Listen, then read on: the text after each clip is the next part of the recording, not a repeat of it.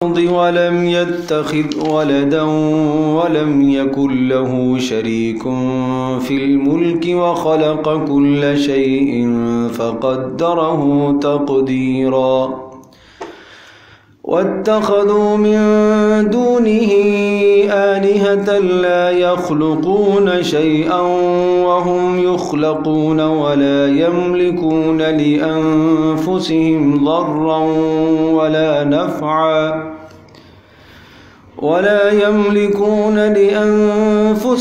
ضرا ولا نفعا ولا يملكون موتا ولا حياة ولا نشورا وقال الذين كفروا إن هذا إلا إفك افتراه وأعانه عليه قوم آخرون فقد جاءوا ظلما وزورا وقالوا أساطير الأولين اكتتبها فهي تملى عليه بكرة وأصيلا قل أنزله الذي يعلم السر في السماوات والأرض إنه كان غفورا رحيما تبارك الذي نزل الفرقان على عبده ليكون للعالمين نذيرا۔ یہ سورۃ الفرقان مکی سورت ہے اور اس سورہ مبارکہ میں 77 آیات بینات ہیں، اور یہ سورہ مبارکہ مکی دور کے درمیانی زمانے میں نازل ہوئی ہے، اور اس میں اللہ تبارک تعالیٰ کی توحید، رسول اکرم صلی اللہ تعالیٰ علیہ وسلم کی رسالت اور آخرت، اور خاص طور پر توحید اور رسالت سے متعلقہ اہم مضامین بیان کیے گئے ہیں، اور رسول اکرم صلی اللہ تعالیٰ علیہ وسلم کی رسالت پر ہونے والے جو شکوک اور شبہات اور مشرکین کی جانب سے اعتراضات تھے، ان اعتراضات میں سے بعض کے تفصیلی اور بعض کے اجمالی جواب دیے گئے۔ ان اعتراضات کو نقل کر کے ان کے جوابات اللہ تبارک تعالیٰ نے ذکر فرمائے، اور ان اعتراضات کے جوابات اس لیے دیے گئے تاکہ کوئی بھی رسول اکرم صلی اللہ تعالیٰ علیہ وسلم کی رسالت اور آپ کی نبوت سے متعلق ذرہ سا بھی شبہ نہ کرے، کسی شک اور شبہے میں مبتلا نہ رہے۔ پھر یہ بات بھی ذہن نشین فرما لیجئے کہ اس سورہ مبارکہ کا جو مرکزی اور بنیادی اور اہم مضمون ہے، وہ مضمون ہے تمام کی تمام برکات اللہ ہی کی جانب سے ہوتی ہے۔ اشیاء کے اندر، چیزوں کے اندر، مال کے اندر، دنیا میں ہر شے میں جو بھی خیر و برکت آتی ہے وہ اللہ کے حکم، اللہ کے ارادے سے۔ اسی وجہ سے آغاز بھی اسی موضوع سے اور اسی خاص مضمون سے ہو رہا ہے، تبارک الذی نزل الفرقان، بابرکت ہے وہ ذات جس نے اتارا ہے الفرقان، فرقان کو۔ فرقان قرآن مجید کا ایک وصف ہے، صفت ہے قرآن مجید کی، جیسے قرآن مجید کی صفت حکیم ہے، قرآن مجید کی صفت مبین ہے، قرآن کریم کی صفت کریم ہے، مجید ہے، اسی طرح سے فرقان قرآن مجید کی ایک صفت ہے۔ اور فرقان فا را قاف، فرق اردو میں بھی ہم استعمال کرتے ہیں، فرق کرنا، حق اور باطل میں فرق کرنے والا کلام۔ اور یہ رسول اکرم صلی اللہ تعالیٰ علیہ وسلم کی رسالت کی ایک کھلی دلیل ہے۔ کیسے فرق کرنے والا کلام؟ آپ تھوڑا سا رسول اکرم صلی اللہ تعالیٰ علیہ وسلم کے ماحول اور اس زمانے کا آپ جائزہ لیجئے کہ جب کلام کہنے کے بڑے بڑے ماہر موجود تھے، نثر میں بھی نظم میں بھی، اور ایسا کلام کہتے تھے کہ ان کے کلاموں کی مثال آج تک دی جاتی ہے، اور جن کو اپنے کلاموں پر، گفتگو پر فخر ہوتا تھا۔ کوئی آدمی کسی اپنے اقربا اعزہ میں سے جو دنیا سے رخصت ہو گیا، اس کی مدح میں جو قصیدہ کہتا تھا اس کو مثال کے طور پر پیش کیا جاتا تھا۔ کوئی جنگ ہو گئی، جنگ کے موقع پر کسی نے اپنے رفقا کی حوصلہ افزائی اور ان کے اندر تشجیع اور بہادری کو پیدا کرنے کے لیے اشعار کہے، وہ ایک بطور مثال کے۔ رسول اکرم صلی اللہ تعالی علیہ وسلم پر جب یہ کلام نازل کیا گیا، میں آگے مزید اس کی تفصیل عرض کروں گا، تو یہ کلام حق اور باطل میں فرق کرنے والا ہے کہ تم شعر کو بھی جانتے ہو، نثر کو بھی جانتے ہو، کہانت کو بھی جانتے ہو، یہ تمام کی تمام چیزیں اس وقت جو مروج تھی سب کو تم جانتے ہو، اور قرآن مجید کے متعلق تمہیں ماننا پڑے گا کہ اس کے اندر تو نہ کوئی شعر ہے نہ کہانت کی بات ہے، یہ ٹھیک صاف صاف بات کرتا ہے، گزشتہ امتوں کے حالات بھی سناتا ہے، تمہارے اندر کے جو حالات ہیں، تمہارے دل کے اندر کے جو جذبات ہیں، وہ جذبات بھی یہ کبھی لے کر آتا ہے۔ ان جذبات کی قرآن مقدس جو ہے اس کی بھی تصویر بیان کرتا ہے کہ تم نے یہ سوچا، نبی کے متعلق یہ منصوبہ بنایا، مغیبات کا علم یہ بھی دیتا ہے، آئندہ آنے والے جو حالات ہیں ان حالات و احوال سے متعلق بھی پیشن گوئیاں کرتا ہے۔ تو اس لیے یہ حق اور باطل میں فرق کرنے والا کلام ہے۔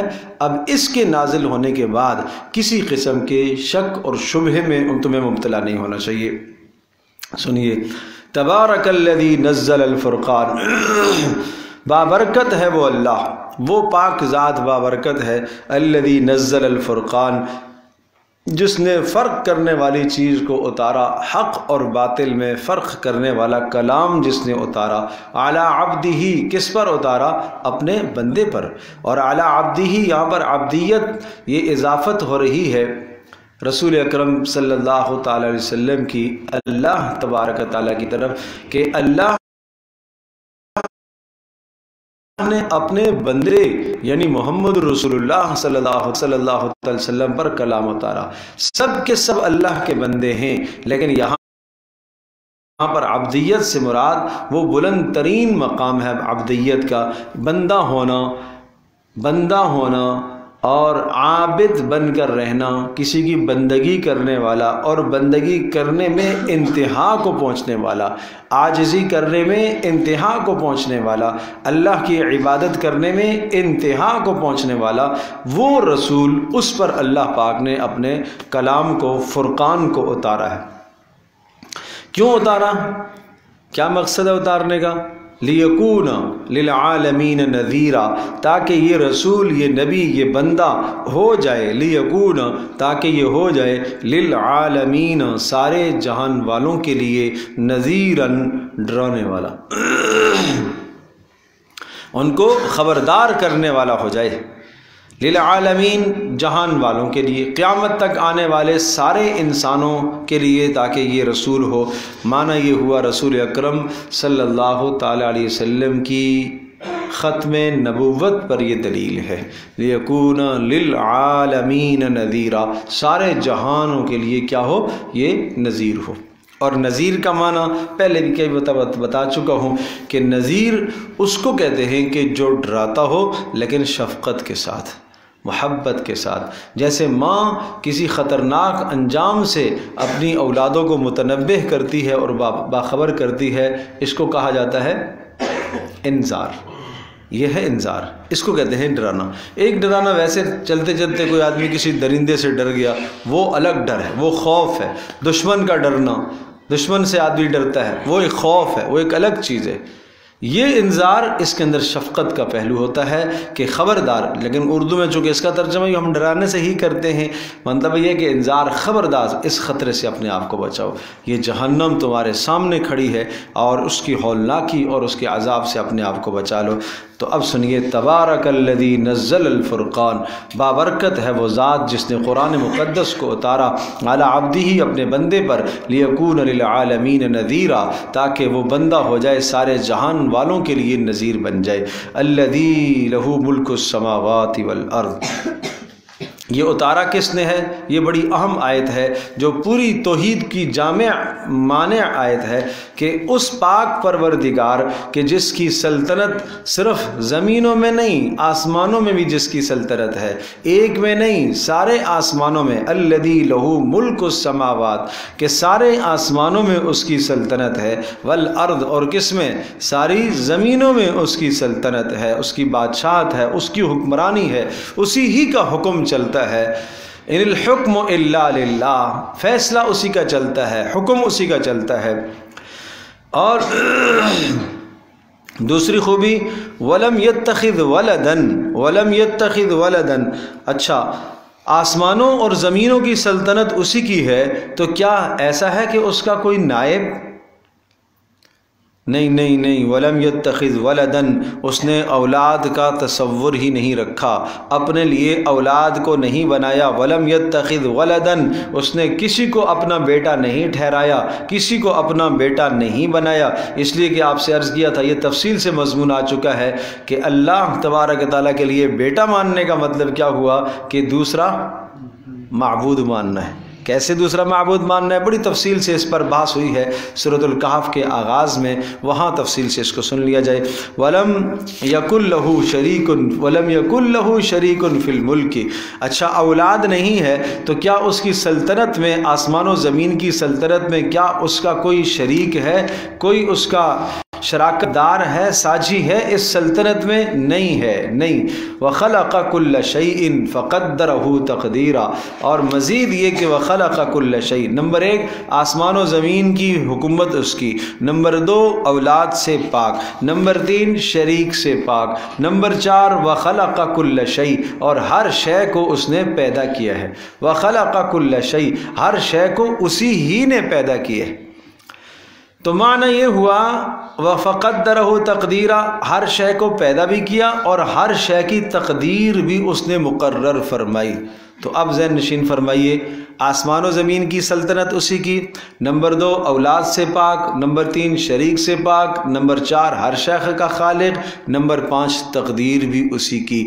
یہ پانچ کی پانچ صفات، یہ پانچ کی پانچ باتیں اللہ ہی کے ساتھ خاص ہیں، اللہ کے علاوہ کسی کے ساتھ یہ باتیں خاص نہیں ہیں۔ جس طرح سے یہ پانچ باتیں اللہ کے ساتھ خاص ہیں، اسی طرح سے ماننا پڑے گا کہ اللہ تبارک تعالیٰ ہی بندگی کے لائق ہے، اسی ہی کی بندگی کی جائے، اس کے سوا کسی اور کی نہ کی جائے۔ بات سمجھے بھائی؟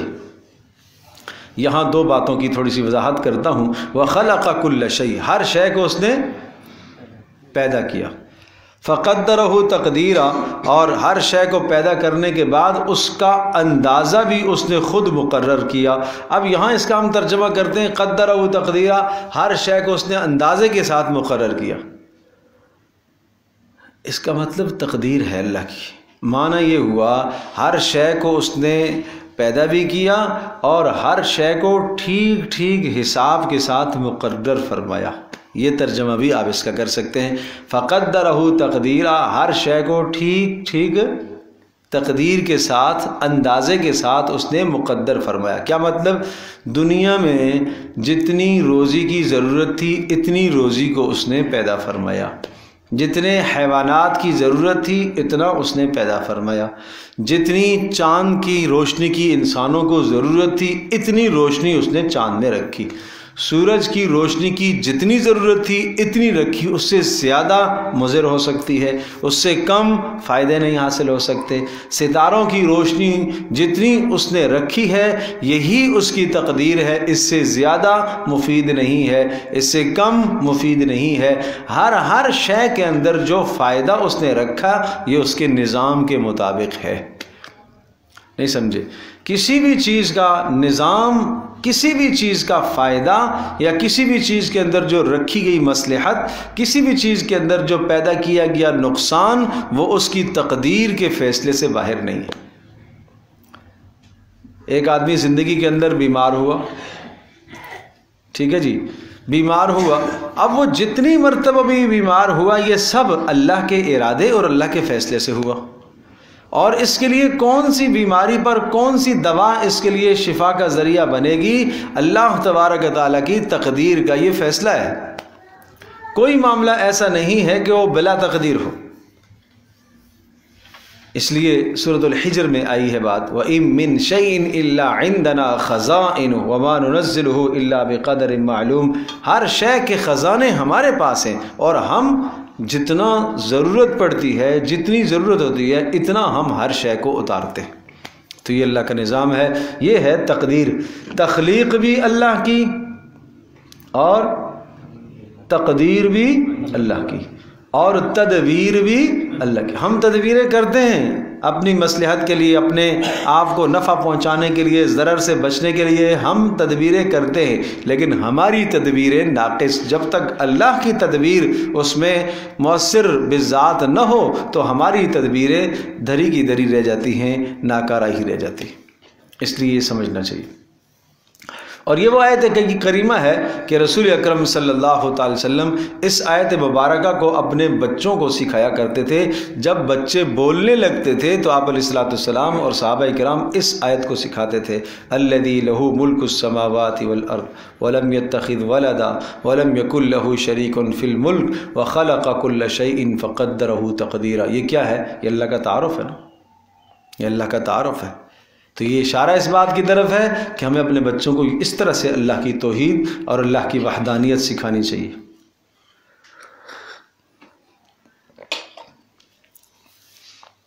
وَاتَّخَذُوا مِن دُونِهِ آلِهَةً، اور ان لوگوں نے بنا لیا ہے اللہ کے سوا اوروں کو معبود، لا يخلقون شيئا، جن کو انہوں نے معبود بنایا ہے، لا يخلقون شيئا، ان معبودوں نے کچھ بھی پیدا نہیں کیا۔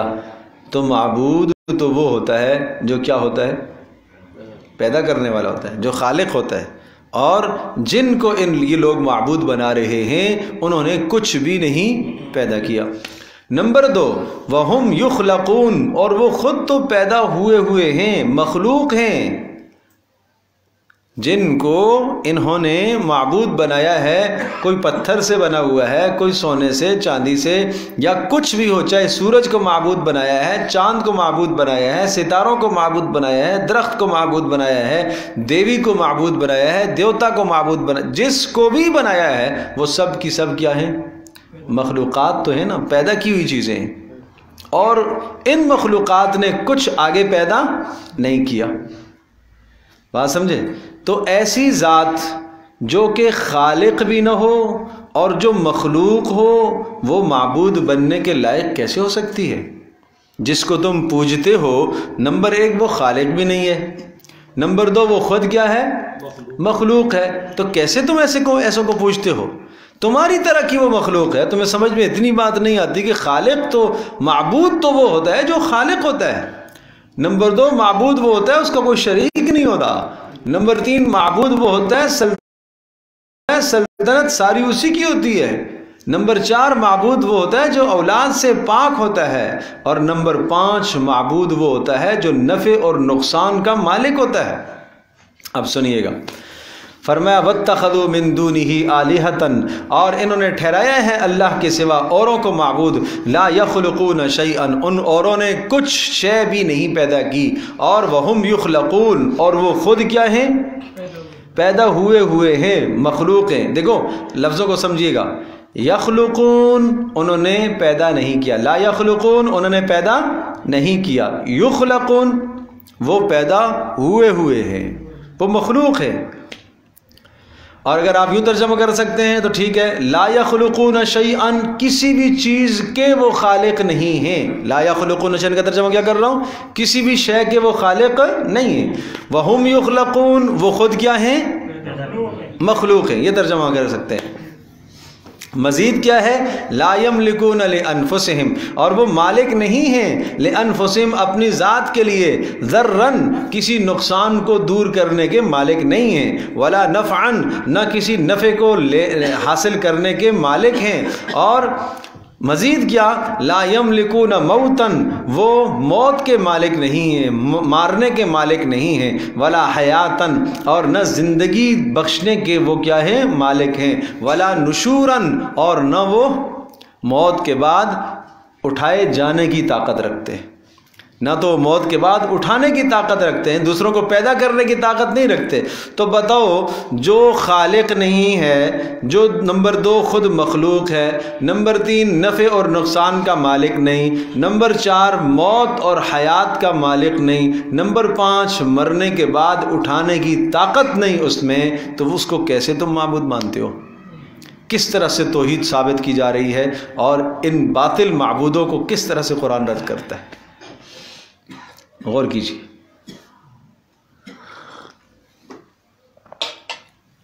اس کے بعد یہ مضمون تھا توحید کا، اب رسالت پر آئی بات، سنیے۔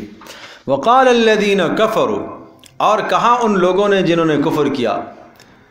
سنو آیات کو، سمجھو، سمجھنے کی کوشش کرو، ہر آیت ماقبل کے ساتھ جڑی ہوئی ہے، مربوط ہے، ایسے جس طرح سے ایک لڑی کے اندر موتی پروئے ہوئے ہوتے ہیں، اس طرح سے ایک ایک آیت پروئی ہوئی ہے، یہ بے ربط کلام نہیں ہے۔ توحید کا مضمون مکمل ہوا، اب رسالت کا۔ رسالت کے متعلق تمہیں شبہ ہے، پہلے توحید کے متعلق شبہ تھا، جواب دے دیا۔ وہ کہتے تھے ہم ان کی پوجا اس لیے کرتے ہیں کہ ان کی پوجا کرنے سے، ان کے سامنے سجدہ کرنے سے، ان کے سامنے نظر و نیاز دینے سے ہمارے مال میں برکت آتی ہے۔ تو کہا تبارک الذی نزل الفرقان، برکتیں تو وہ پاک پروردگار دیتا ہے جس نے قرآن کو اتارا ہے۔ کیسی باتیں تم کرتے ہو؟ بات سمجھے بھائی؟ یہ کہتے ہیں کہ یہ کسی نفع کے مالک ہیں، کہا الذی لہ ملک السماوات، آسمان و زمین کی ساری ملکیتیں تو اللہ کے پاس ہیں، اس لیے ہم ان کو پوچھتے ہیں، ملائکہ کو پوچھتے ہیں، یہ بنات اللہ ہیں، اللہ کی بیٹیاں ہیں۔ فرمایا لم یتخذ ولدا، اب ذرا پیچھے دیکھیے، نہیں، اللہ نے اولاد تو بنائی نہیں ہے، اس لیے ہم ان کو پوچھتے ہیں کہ جناب یہ اللہ کے شرکاء ہیں، ساجی ہیں، کام میں شریک ہیں۔ فرمایا ولم یکن لہ شریک فی الملک، تو پھر کیوں پوچھتے ہو؟ اچھا شاید اس لیے پوچھتے ہیں وَخَلَقَ كُلَّ شَيْءٍ، کہ ان میں سے کوئی خالق ہو، کہا نہیں، سارا اللہ نے بنایا۔ اچھا شاید اس لیے پوچھتے ہیں کہ جناب ان میں سے کوئی کسی تقدیر کا مالک ہو، نہیں، فَقَدَّرَهُ تَقْدِيرًا، تقدیر بھی اسی کی۔ پھر وَاتَّخَذُوا مِن دُونِهِ آلِهَةً لَا يَخْلُقُونَ، جب یہ سب باتیں اللہ کے لیے ہیں تو پھر ایسوں کو معبود بنائے پھرتے ہیں جنہوں نے کچھ پیدا نہیں کیا۔ نمبر 2 وہ خود مخلوق ہے، نمبر 3 وہ نفع کے مالک نہیں، نقصان کے مالک نہیں، نمبر 4 زندگی اور حیات کے مالک نہیں، نمبر 5 مرنے کے بعد اٹھانے کی صلاحیت ان کے اندر نہیں ہے، اور جناب کسی کو اٹھا نہیں سکتے، تو پھر کیا بات ہوئی؟ اب رسالت پر آئی بات، دیکھو وقال الذین کفروا، اور کہتے ہیں وہ لوگ جنہوں نے کفر کیا، انہوں نے کہا ان ھذا، قرآن کے بارے میں، ان ھذا الا افکن، بات سمجھے بھائی؟ نہیں ہے مگر افکن، یہ قرآن کیا ہے؟ جھوٹ ہے۔ افطراہ، اس شخص نے اپنی طرف سے گڑھ لیا ہے۔ کس نے؟ محمد رسول اللہ نے۔ اللہ اکبر، سنیے گا، وَأَعَانَهُ عَلَيْهِ قَوْمٌ آخَرُونَ، اور مدد کی ہے اس پر اور قوم نے بھی، اس نے اپنی طرف سے گڑھ لیا اور اوروں نے بھی اس پر کیا ہے؟ مدد کیا۔ قوم آخرون، دوسری قوموں نے مدد کی، دوسری قوموں نے مدد کیا سے مراد یہ ہے کچھ اہل کتاب آتے ہیں اس کے پاس، یہودی آتے ہیں، نصرانی آتے ہیں، وہ اس کو اس قسم کا کلام بتا کے چلے جاتے ہیں۔ فَهِيَ تُمْلَى عَلَيْهِ بُكْرَةً وَأَصِيلًا، سنیے، فَهِيَ تُمْلَى عَلَيْهِ، تو نہیں، فقط جاؤ ظلم و زورا، اب کیا جواب دیا؟ اتنا کہ بھائی یہ تو بالکل ظلم اور سراسر جھوٹ کی بات کہتے ہیں۔ اب سنیے، اعتراض کیا تھا، میری طرف دیکھیں، کہ یہ قرآن مقدس اس شخص نے خود گڑھا ہے۔ یہ کیا کرتا ہے؟ یہ راتوں کو بیٹھ کر، لمبی لمبی راتیں جو یہ بیٹھتا ہے، یہ بیٹھ کر اس کو بناتا ہے اور گڑھتا ہے، ٹھیک ہے؟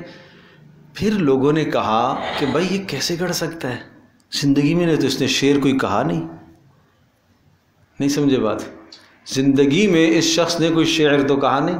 ایک تو وہ آدمی ہوتا ہے جو شاعر ہوتا ہے، تخیل پیش کرتا ہے، ساری رات بیٹھ کے سوچتا ہے، 4 گھنٹے بیٹھ کے سوچنے کے بعد کوئی نتیجہ نکال کے لائے۔ تو یہ محمد رسول اللہ صلی اللہ تعالیٰ علیہ وسلم کے متعلق تم یہ بات کہتے ہو، یہ تو کیا ہے، شعر تو اس نے کبھی نہیں کہا۔ نمبر 2، مکہ سے باہر تو نکلا نہیں کہ کہیں سے جا کے سیکھ کے آیا ہو۔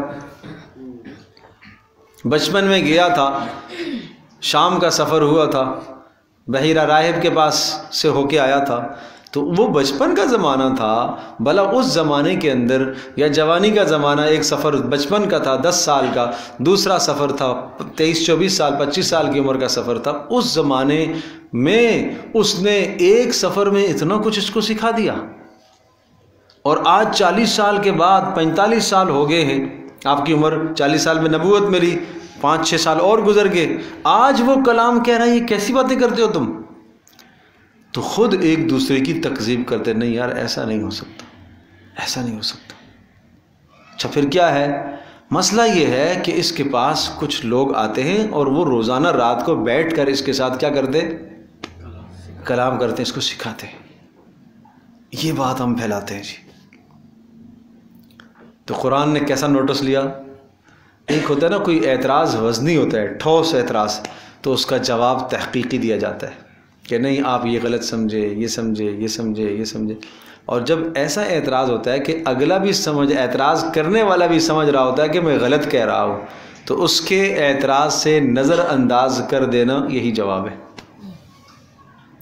نہیں سمجھے بات؟ ایک آدمی اعتراض کر رہا ہے، اور کیسا اعتراض کر رہا ہے؟ آپ جانتے ہیں کہ یہ کیسا اعتراض ہے، اس کو خود بھی پتہ ہے کہ میں کیا کر رہا ہوں، غلط کہہ رہا ہوں، جھوٹ بول رہا ہوں، اس کو خود بھی اندازہ ہے جھوٹ بول رہا ہوں، تو پھر آپ اس کے اعتراض کا جواب نہ دیں، نظر انداز کر کے آگے چلے جائیں، یہی جواب کافی ہے اس کے لیے۔ نہیں سمجھے بات؟ جب یہ بات طے تھی کہ بھائی مکہ میں یہ آدمی مکہ سے باہر تو نکلا نہیں کہ کسی نے اس کو سکھایا ہو۔ نمبر 2، اتنا بڑا صاحب مال بھی نہیں ہے، کوئی پڑھا لکھا خاندان ہو وہ بھی نہیں ہے، ایسا بھی نہیں ہے کہ کوئی بڑا صاحب مال ہو تو اس کے باپ دادا موجود ہوں اور انہوں نے اس کی تربیت اور تعلیم کے لیے کوئی پیسہ لگایا ہو اور دوسروں کو انہوں نے کہا ہو کہ اس کو سکھاؤ، ایسا بھی نہیں ہے۔ تنگ دستی کی زندگی تھی نا، فقر کی زندگی گزر رہی تھی۔ اور مزید یہ آخری والا جو حربہ تھا کہ یہ ہو سکتا ہے کہ رات رات کو کوئی یہودی آدمی آتا ہو اس کے پاس اور آ کے سکھاتا ہو، تو اس کا جواب بھی ہے کہ بھئی یہودی آتا ہو تو تم وہاں بلال جو ہے احد کہنے والے ہیں، سارا دن ان کو ریت پر لٹائے رکھتے ہو، خباب کو اذیت دے رہے ہو رضی اللہ عنہم کو، صہیب کو، عمار کو، فلاں کو، فلاں کو، فلاں کو۔ مکہ کا کون سا گھر ہے جو تم سے ڈھکا چھپا ہوا ہے؟ تم جانتے نہیں ہو یہاں کون کون رہتا ہے، اور جو رہتے ہیں ان کی صلاحیتیں کیا ہیں تم جانتے نہیں ہو۔ اور اگر باہر کا کوئی آدمی آ کر محمد کے گھر میں اس کو رات کو سکھاتا ہے تو تم چھاپا نہیں مار سکتے ہو؟ سارے کام تو تمہارے اختیار کے ہیں، حکومت تمہاری، اقتدار تمہارا، اختیار تمہارا۔ جب یہ ساری چیزیں بیکار ہیں، ایسا مطلب یہ ہے کہ اس مکہ کی سرزمین میں پر بھی کوئی نہیں مار سکتا تمہارے حکم اور اجازت کے بغیر، ایسا تمہارا ہولڈ اور اختیار ہے، تو پھر یہ کیسے ممکن ہو سکتا ہے کہ باہر سے ایک طاقت آ کر اس کو فصیح بلیغ کلام سکھا کر جاتی ہو، اور وہ ایسا شاندار کلام سکھاتی ہو کہ تم اس کلام کی مثال نہیں لا سکتے ہو؟ تو اس لیے قرآن نے کیا جواب دیا؟ فقد جاؤ ظلم و زورا، ظلم کی بات کرتے ہیں، جھوٹ کی بات کہتے ہیں، ظلم کی بات کہتے ہیں، جھوٹ کی بات کہتے ہیں، بس اتنا جواب کافی ہے۔ بات سمجھے بھائی؟ اگلی بات، وقالو، دوسرا اعتراض یہ کرتے ہیں، کہتے ہیں اساطیر الاولین، بھائی یہ گزشتہ لوگوں کی کہانیاں ہیں۔ جب قوم عاد کا تذکرہ آتا ہے، قوم سمود کا تذکرہ آتا ہے، قوم نوح کا تذکرہ آتا ہے، قوم شعیب کا تذکرہ آتا ہے، قوم لوط کا تذکرہ آتا ہے علیہم الصلوات والسلام، جب ان انبیاء کے تذکرے آتے ہیں تو کیا کہتے ہیں؟ یہ تو بھائی پچھلوں کی کہانیاں ہیں۔ اکتتبہا، یہ لکھتا ہے خود، فہی تملا علیہ بکرتن و اصیلا، اور یہ لکھتا ہے اور کوئی آ کر اس کو لکھواتا ہے، املا کراتا ہے اس کو، تو فہی تملا علیہ بکرتن و اصیلا، اس عبارت کو بہت اچھے سانچے میں ڈال کر صبح و شام اس کے سامنے وہ عبارت پیش کی جاتی ہے۔ گزشتہ کچھ لڑکا کوئی آتا ہوگا گزشتہ قوموں کا، قل کہہ دیجئے، انزلہ، نہیں، اس کا جواب یہ ہے انزلہ، اس قرآن کو آہستہ آہستہ اتارا ہے۔ انزلہ کا ترجمہ میں کیا کر رہا ہوں؟ اس کو اتارا ہے اس پاک پروردگار نے، الذی یعلم السر، جو جانتا ہے السر، کس چیز کو جانتا ہے؟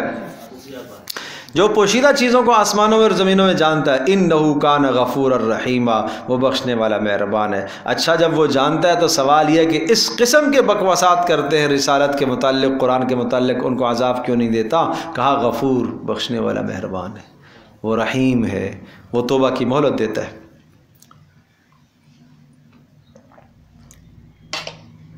بات سمجھے بھائی؟ تو یہ بیچ میں دو اعتراض تھے، یہ قرآن کے متعلق تھے۔ وقال الذین کفروا ان ھذا، کہ یہ قرآن گھڑا ہوا ہے، اور نمبر دو گزشتہ لوگوں کی کیا ہیں؟ کہانیاں ہیں۔ دو باتیں یہ کیا تھے؟ اعتراضات کس سے متعلق تھے؟ اب آگے آئیے، یہ اگلا آنے والا اعتراض یہ رسالت کے متعلق، رسول اللہ صلی اللہ علیہ وسلم کی رسالت کے متعلق۔ کیا؟ وقالو، کہتے ہیں ما لہذا الرسول، یہ کیسے رسول ہو سکتا ہے؟ کیوں؟ یاکل الطعام، یہ تو کھانے کھاتا ہے، ویمشی فی الاسواق، یہ تو بازاروں میں جاتا ہے۔ تو بھائی رسول ایسے تھوڑی ہوتا ہے، یہ تو کھانا کھاتا ہے، بازار جاتا ہے، اس کو تو حوائج اور ضروریات ہماری طرح کی ہے، یہ کیسے ہو سکتا ہے؟ لولا انزل علیہ ملک، اگر یہ رسول ہوتا تو کوئی فرشتہ ہمیں نظر آتا ہے اس کے ساتھ، کیوں فرشتہ نہیں آتا؟ فیکون معه نذیرا، اور وہ فرشتہ مل کر اس کے ساتھ مددگار بنتا اور وہ بھی ڈراتا۔ او یلقا الیہ کنز، یا غیبی طور پر کوئی خزانہ اس پر کھول دیا جاتا، یہ تو مالدار ہوتا، یہ تو فقیر آدمی ہے۔ او تکون لہ جنہ، یا اس کے لیے کوئی باغ ہوتا، کم از کم معاش کا کوئی ذریعہ تو ہوتا، معاش کا ذریعہ بھی نہیں ہے۔ ایسا کوئی باغیچہ ہوتا، سرسبز و شاداب ہوتا، یاکل منہا، جس سے یہ کھا رہا ہوتا۔ تو بھائی اس کو ہم کس طرح سے رسول مانیں؟ نمبر ایک، بازاروں میں جاتا ہے، ضروریات اس کو لگتی ہیں، بیوی بچے جس کے ہیں، اسی طرح سے جناب فرشتہ اس کے پاس نہیں آتا، خزانہ اس کے پاس نہیں ہے، باغیچہ اس کے پاس نہیں ہے، کیسے ہم مانیں؟ کہنا یہ چاہ رہے تھے کہ ہمارے یہاں مکہ کی سرزمین میں کتنے لوگ ایسے ہیں جو اس سے زیادہ مالدار بھی ہیں، اس سے زیادہ حیثیت والے بھی ہیں، ان کو رسول کیوں نہیں اللہ نے بنایا؟ وقال الظالمون ان تتبعون الا رجلا مسحورا، ان سب باتوں کے بعد یہ ظالم یوں کہتے تھے، ایک دوسرے سے یہ کہتے تھے کہ جب یہ نبی نہیں ہے تو اب جو اس کے پیچھے چل رہا ہے، معاذ اللہ ثم معاذ اللہ، کہا جائے گا کہ یہ کسی مسحور جس پر جادو کیا گیا ہے اس کی اتباع کر رہا۔ گویا کہ سیدنا ابوبکر صدیق رضی اللہ تعالی عنہ کو کہتے تھے یہ اتباع کر رہا ہے محمد کی صلی اللہ علیہ وسلم کی، اور محمد پر جادو ہوا ہے، جادو کسی نے کر کے اس کا دماغ خراب کر دیا، معاذ اللہ ثم معاذ اللہ۔ اس قسم کی بیہودہ باتیں تھیں، یا تو اس پر کسی نے جادو کر دیا، یا یہ مجنون ہو گیا، یا یہ ہے کہ جناب یہ ہمارے الہہ کو برا بلا کہتا ہے تو اس میں سے کسی کی برائی اس کو لگ گئی، کسی کی بد دعا اس کو لگ گئی ہے، اس لیے یہ بہکی بہکی باتیں کرتا ہے۔ تو ہوتا یہ ہے کہ جب کوئی آدمی 100% سچ اور درست بات کہہ رہا ہوتا ہے نا، بات سمجھ میں آ رہی ہے؟ صاف سچ اور درست بات، لیکن سامنے جب سچ اور درست سننے کی صلاحیت نہیں ہوتی تو اس کو سچ بھی کہتے ہیں کڑوا لگتا ہے، ہوتا ہے کہ نہیں ہوتا ہے؟ اس کو سچ بھی کڑوا لگتا ہے، اس لیے کہ مزاج جو خراب ہو گیا نا، اس لیے وہ کہتے ہیں ایک بھنگی کہیں سے جا رہا تھا تو جاتے جاتے اس نے ایک عطر والے کی دکان کے پاس سے گزرا، جیسے ہی اس کو خوشبو چڑھی تو بے ہوش ہو گیا، بے ہوش ہو گیا، سارے دوڑے آئے، بھائی آدمی گر گیا، کوئی پانی ڈال رہا ہے، کوئی کیا کر رہا ہے، کوئی ہاتھ دبا رہا ہے، پیر دبا رہا ہے۔ اچھا بھائی، ایک اسی کی جنس کا ایک اور بھنگی وہاں سے آیا تو اس نے دیکھا یہ بے ہوش پڑا ہوا ہے، عطر کی دکان کے سامنے ہے، تو اس نے کہیں سے غلاظ اٹھائی، اس کے ناک کے سامنے رکھی تو وہ ہوش میں آ گیا۔ کیوں بھائی؟ وہ فطرت جو خراب ہوئی ہے۔ تو اسی طرح سے مثال کے طور پر جس کی فطرت خراب ہو جاتی ہے اس کو اچھی چیز نہیں سوچتی۔ ہمارا سمجھ میں نہیں آئی؟ بیمار ہے ایک آدمی، دنیاوی جسمانی بیماریوں میں آپ نہیں دیکھتے ہو، ایک آدمی بیمار ہے، معدے کا خراب ہے، اس کو آپ طاقتور مقوی غذائیں کھلاؤ کھلاؤ کھلاؤ، کیا فائدہ اس کو؟ وہ ہے ہی جو بیمار۔ پہلے اس کی بیماری کی کا علاج تو کرو نا، اس کے بعد مقوی کھلائیے گا اس کو، طاقتور غذائیں اس کو دیجیے گا۔ تو ان کی فطرت سلیمہ ہی خراب ہے، تو یہ رسول پاک صلی اللہ علیہ وسلم کے خلاف کیا کہتے تھے؟ یہ مسحور ہے، اس پر جادو ہوا ہے، یہ مجنون ہے، یہ دیوانہ ہے۔ آگے دیکھیے جواب، سبحان اللہ، انظر اے نبی آپ بھی دیکھیے، کیف ضربوا لک الامثال، کس قسم کی بیہودہ باتیں آپ کے بارے میں کہتے ہیں۔ اللہ اکبر، کس قسم کی بیہودہ باتیں آپ کے بارے میں کہتے ہیں، اور یہ کہہ کر فضلوا، گمراہ ہو گئے، فلا یستطیعون سبیلا، کوئی راستہ نہیں پائیں گے ہدایت کا۔ اللہ اکبر، بات سمجھ میں آ گئی بھائی؟ اچھا، یہاں پر تو اتنا کہہ دیا، رسول اللہ کو تسلی دی، اب ان باتوں کے جواب آہستہ آہستہ آ رہے ہیں۔ ایک سوال یہ تھا نا کہ یہ رسول بازاروں میں کھاتا پیتا ہے، یہ کیسا رسول ہے؟ اس کا جواب آگے آئے گا۔ اچھا، اسی طرح سے یہ کہ جناب فرشتہ کیوں نہیں ہے، آگے بات آئے گی۔ اچھا، اس کے پاس خزانے ہوں یا باغات ہوں، اس کا جواب آ رہا ہے، تبارک الذی ان شاء، بابرکت ہے وہ ذات، اللہ تبارک تعالیٰ ساری برکتیں اس کے پاس ہیں، ان شاء، اگر وہ چاہتا تو کیا کرتا، جعل لک خیرا من ذالک، اللہ پاک بنا دیتا اس سے زیادہ بہتر آپ کے لیے۔ یعنی یہ کہتے ہیں نا کہ آپ کے لیے ایک باغیچہ ہو، اگر اللہ چاہتا تو ایک باغیچہ کیا، پورے سرزمین مکہ کو اللہ پاک آپ کے لیے باغ بنا دیتا، مکہ کے سارے پہاڑوں کو آپ کے لیے سونا بنا دیتا، خزانے اگلتے پہاڑ وہاں سے۔ آپ اللہ کے لیے کیا مشکل ہے؟ اگر اللہ چاہتا آپ کے لیے بنا دیتا اس سے زیادہ بہتر، جنات، ایسے باغات جن کے نیچے سے نہریں بہ رہی ہوتی، وَيَجْعَلْ لَكَ قُصُورًا، اور آپ کے لیے ایک نہیں کئی محلات اللہ پاک بنا سکتا تھا۔ بات سمجھے بھائی؟ بل کذبوا بالساعہ، اچھا اگر ایسا بنا دے تو پھر کیا ہوگا؟ اگر اللہ تبارک و تعالیٰ آپ کے لیے اتنے باغات بنا دے جیسے یہ مطالبہ کر رہے ہیں، اگر اللہ تبارک و تعالیٰ آپ کے ساتھ فرشتہ اتار دے، اس کی جواب آگے آئے گا، تو پھر کیا ہوگا؟ ماننا انہوں نے پھر بھی نہیں ہے۔ بات سمجھے بھائی؟ ماننا انہوں نے پھر بھی نہیں ہے۔ تو یہ رسالت پر ہونے والے اعتراضات یاد رکھیے گا، آگے جواب آئیں گے ایک ایک کر کے۔ ایک سوال یہ تھا کہ یہ کھاتا پیتا کیوں ہے، دوسرا سوال کیا تھا فرشتہ کیوں نہیں آتا، تیسرا سوال کیا تھا خزانے اس کے پاس کیوں نہیں ہے، چوتھا سوال کیا تھا کوئی باغیچہ کیوں نہیں ہے۔ یہ ہر ایک کے جواب آگے آ رہے ہیں، دیکھیے گا۔ باغ کا جواب تو یہ آ گیا، بل کذبوا بالساعۃ واعتدنا لمن کذب بالساعۃ سعیرا، بات یہ نہیں ہے کہ مطالبات کے آنے کے بعد یہ مان لیں گے، نہیں، بل کذبوا بالساعۃ، یہ تو آخرت کے جھٹلانے والے ہیں، یہ ساری نشانیاں ہم دکھا سکتے ہیں لیکن پھر بھی انہوں نے نہیں ماننا۔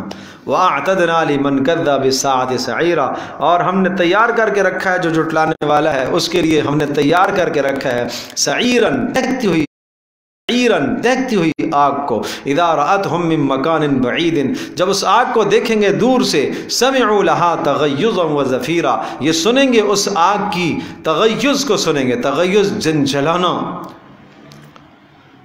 چیخنا، دھاڑنا، زفیرن چلانا، زفیر کہتے ہیں بہت چیخ و پکار، اور تکاد تمیز من الغیظ، سورۃ الملک میں جہنم کو دیکھیں گے نظر یوں آئے گی جیسے پھٹ جائے گی۔ کسی آدمی کو غصہ آ جاتا ہے، شدید ترین غصہ آ جاتا ہے تو کیا ہوتا ہے؟ چہرہ اس کا سرخ ہو جاتا ہے، پسینہ آ جاتا ہے، ایسا لگتا ہے جیسے پھٹ جائے گا غصے میں۔ اسی طرح سے جہنم کو غصہ اور غضب ہوگا، اس لیے کہ اللہ تبارک و تعالیٰ کے غضب اور غصے کا مظہر اور نشانی ہے جہنم۔ وَإِذَا أُلْقُوا مِنْهَا مَكَانًا ضَيِّقًا مُقَرَّنِينَ، اور جب ان کو داخل کیا جائے گا، منہا جہنم کے اندر داخل کیا جائے گا، مکانً ضَيِّقًا تنگ جگہ پر ڈالے جائیں گے۔ تنگ جگہ پر کیوں ڈالے جائیں گے؟ دیکھو جہنم تو اتنی بڑی، سارے کے سارے انسان چلے جانے کے بعد بھی وہ کہے گی، اللہ پوچھے گا حل امتلاتی، بھر گئی ہو؟ وہ کہے گی حل من مزید، نہیں میرا پیٹ نہیں بھرا اور لے آؤ۔ اور ایک جہنمی کے جسم کو بڑھایا جائے گا، کتنا بڑھایا جائے گا؟ رسول اللہ صلی اللہ علیہ وسلم نے فرمایا ایک آدمی کے ضرس الکافر، کافر کی جو داڑھ ہے وہ احد پہاڑ جتنی بڑی ہوگی۔ جب داڑھ اتنی بڑی ہے تو اسی مناسبت سے اس کا جسم بڑا ہوا ہوگا۔ اور یہ جسم پھیلا دیا جائے گا، کیوں؟ تاکہ عذاب زیادہ ہو، تاکہ عذاب زیادہ ہو، اس لیے جسم کو پھیلا دیا جائے گا۔ اس کے باوجود بھی جب اتنے بڑے بڑے جسامت کے مالک ہو کر جہنم میں ڈالے جائیں گے تو پھر تنگ جگہ میں ڈالے جائیں گے، اس لیے کہ ایک اوپر سے گرمی، شدت، حرارت، اور پھر جب مجمع زیادہ ہو تو گھٹن تو ہوتی ہے نا، تو گھٹن کا عذاب الگ، آگ کا عذاب الگ، بھوک کا عذاب الگ، یہ سب عذاب جہنم ہے۔ وَإِذَا أُلْقُوا مِنْهَا مَكَانًا ضَيِّقًا مُقَرَّنِينَ، اور جب ڈال دیے جائیں گے جہنم کے اندر تنگ جگہ پر، مقرنین جکڑے ہوئے زنجیروں میں، دعوا هُنَالِكَ ثُبُورًا، وہاں پر پکاریں گے ثبوراً، موت کو پکاریں گے، موت موت موت، اور یعنی مر جائیں، جان چھوٹے۔ جواب آئے گا لا تدعوا اليوم ثبورا واحدا، مت پکارو آج کے دن ایک موت کو، وادعوا ثبورا کثیرا، بہت ساری موتوں کو پکارو لیکن موت نے نہیں آنا۔ قل، کہہ دیجئے، اذالک خیر، اب دیکھو جب جہنم کا تذکرہ آتا ہے تو ساتھ جنت کا تذکرہ بھی قرآن کرتا ہے مختلف اندازوں سے۔ اب یہاں جہنم کے عذابوں کا تذکرہ آیا، اب سنیے جنت کا مختصر۔ قل، کہہ دیجئے، اذالک خیر، کیا یہ جہنم جس کے عذابوں کا تذکرہ ہم نے کیا ہے یہ بہتر ہے؟ ام جنت الخلد، یا وہ ہمیشہ والی جنت، التی وعد المتقون، جس کا متقیوں سے وعدہ کیا گیا، کانت لہم جزاء و مصیرا، یہ ان کا بدلہ ہے اور بہترین ٹھکانہ ہوگا۔ اور مزید کیا، لہم فیہا ما یشاءون، ارے کیا دیں گے؟ جو چاہیں گے دیں گے۔ نہیں سمجھے؟ جنت میں کیا دیں گے ان کو؟ جو یہ چاہیں گے، لہم ان کو کے لیے ہوگا، فیہا جنت میں، ما یشاءون جو چاہیں گے، کان علی ربک وعدا مسئولا، یہ تیرے پروردگار کے ذمہ وعدہ ہے، یہ پورا کرے گا اللہ۔ وَيَوْمَ يَحْشُرُهُمْ وَمَا يَعْبُدُونَ مِن دُونِ اللَّهِ، اور وہ وقت آنے والا ہے جس دن اللہ پاک ان سب کو جمع کرے گا، وما یعبدون، یحشرہم، ان کو جمع کرے گا، کن کو؟ اللہ تبارک تعالیٰ کے علاوہ اوروں کو پوجنے والوں کو جمع کرے گا، یعنی غیروں کی پوجا کرنے والوں کو، مشرکوں کو جمع کرے گا، اور کس کو؟ وما یعبدون من دون اللہ، اور جن کی وہ بندگی کرتے تھے اللہ کے سوا، ان سب کو جمع کرے گا۔ عیسیٰ علیہ السلام کو جنہوں نے الہ مانا، اللہ تبارک تعالیٰ عیسیٰ علیہ السلام کو بھی لے آئیں گے۔ اللہ پاک پوچھے گا عیسیٰ علیہ السلام سے، اَأَنْتَ قُلْتَ لِلنَّاسِ، تو نے کہا تھا لوگوں کو، اتخذونی و امی الہین من دون اللہ، کہ مجھے اور میری ماں مریم کو معبود بناؤ، اے عیسیٰ تو نے کہا تھا؟ قال سبحانک، اے اللہ تو پاک ہے، تو شرک سے پاک ہے، اللہ تو شرک سے پاک ہے۔ ما قلت لهم الا ما امرتنی به، میں نے تو وہ بات کہی تھی جس کا تو نے مجھے حکم دیا تھا۔ فلما توفیتنی کنت انت الرقیب علیہم وانت علی کل شیء شہید، جب تو نے مجھے اوپر اٹھا لیا اس کے بعد ان کا کیا حال رہا مجھے نہیں معلوم۔ اے اللہ ان تعذبهم فانهم عبادک، تو اگر ان کو عذاب دیتا ہے تیرے بندے ہیں، وان تغفر لهم، تو معاف کر دیتا ہے تو غفور الرحیم، تو عزیز ہے، غلبہ رکھتا ہے، حکمت والا ہے تو۔ بس مجھے اس وقت اپنی نفس، اپنی ذات سے کی خلاصی چاہیے، مجھے عذاب سے بچا لے۔ مجھے آج مریم کا بھی سوال نہیں ہے، اپنی ماں کا، مجھے صرف عذاب سے بچا لے۔ یہ اے اللہ اپنا کرم فرما کہ مجھے عذاب سے بچا، یہ حال ہوگا عیسیٰ علیہ السلام۔ ملائکہ حتیٰ اذا فزع عن قلوبہم، جب اللہ کی طرف سے حکم آتا ہے ملائکہ کو تو ملائکہ رعب کے مارے، ڈر کے مارے کانپ اٹھتے ہیں۔ تو آج سب اللہ کے سامنے جمع ہوں گے، سب جمع ہوں گے، عزیر علیہ السلام سب جمع ہوں گے، جنات جن کو آج پوجتے ہیں دنیا کے اندر وہ بھی جمع ہوں گے، سب جمع ہوں گے ملائکہ۔ فیقول، اللہ ان سب سے سوال کرے گا، یہ حجت پوری کرنے کے لیے۔ اللہ تو جانتا ہے حضرت عیسیٰ علیہ السلام نے کسی کو اپنی بندگی کا حکم نہیں دیا، عزیر علیہ السلام نے کسی کو اپنی بندگی کا حکم نہیں دیا، ملائکہ نے کسی کو اپنی بندگی کا حکم نہیں دیا۔ اللہ پوچھے گا ان سب سے، اَأَضْلَلْتُمْ عِبَادِي، اَأَنْتُمْ أَضْلَلْتُمْ عِبَادِي، کیا تم نے میرے بندوں کو بہکایا تھا؟ ہؤلاء، یہ میرے بندوں کو، ام ہم ضلوا السبیل، یہ خود گمراہ ہوئے۔ قالوا سبحانک، یہ جواب دیں گے، کون جواب دیں گے؟ ہاں، عزیر علیہ السلام، عیسیٰ علیہ السلام، ملائکہ سب کہیں گے اے اللہ سبحانک، اے اللہ تو پاک ہے، تیرا کوئی شریک نہیں ہے. ما کان ینبغی لنا، اے اللہ ہمیں تو زیب ہی نہیں دیتا ان نتخذ من دونک من اولیاء، اپنے آپ کے سوا کسی اور کو ہم معبود سمجھے، اولیاء مانے، کارساز مانے. ولیکن متعتہم وآباءہم، اے اللہ تو نے ان کو مزے دیے تھے نا دنیا کے اندر، زندگی تو نے ان کو دی تھی، اور ان کے آباء و اجداد کو بھی تو نے بڑی لمبی لمبی زندگیاں دی تھی. ان زندگیوں کو دینے کا تقاضا یہ تھا کہ یہ تیرا شکر ادا کرتے، لیکن حتی نسوا الذکر، یہ تیری نصیحت کو بھول گئے، یہ تیری نصیحت کو بھول گئے. وَكَانُوا قَوْمًا بُورًا، اور یہ خود تھے تباہ ہونے والے.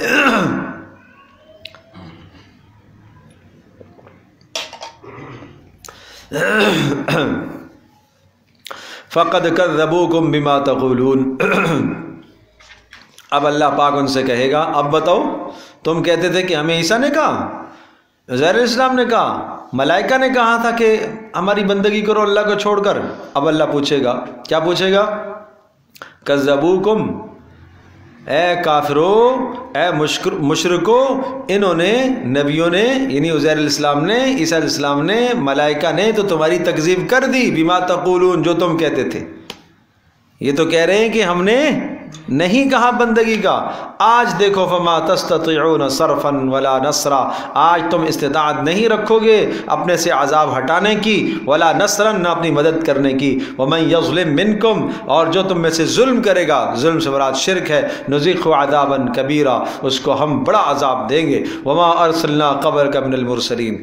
اچھا یہ اعتراض تھا نا کہ یہ رسول کیسا ہے، کھاتا پیتا ہے، بازاروں جاتا ہے، ایسا رسول تو نہیں ہونا چاہیے. وما ارسلنا قبلک من المرسلین، ارے آپ سے پہلے بھی تو ایسے رسولوں کو ہم نے بھیجا، نہیں بھیجا آپ سے پہلے رسولوں کو، الا مگر انہم لیأکلون الطعام، وہ بھی تو کھاتے پیتے تھے، ویمشون فی الاسواق، اور بازاروں میں جاتے تھے. وجعلنا بعضکم لبعض فتنہ، بھئی رہی یہ بات کہ اس کے پاس مال نہیں ہے، نہیں سمجھے، خزانہ نہیں ہے، وہ خزانے کا جواب آیا، پیچھے بات آئی تھی نا اس کے پاس کوئی خزانہ نہیں ہے، تو اس کا جواب ہے بھائی خزانہ اس لیے نہیں ہے، وَجَعَلْنَا بَعْضَكُمْ لِبَعْضٍ فِتْنَةً، ہم نے بعض کو بعض کے لیے آزمائش بنایا ہے، بعض کو غنی بنایا، بعض کو فقیر بنایا. فقیر کے فقر میں اس کے لیے آزمائش ہے، غنی کو غنا میں آزمائش ہے.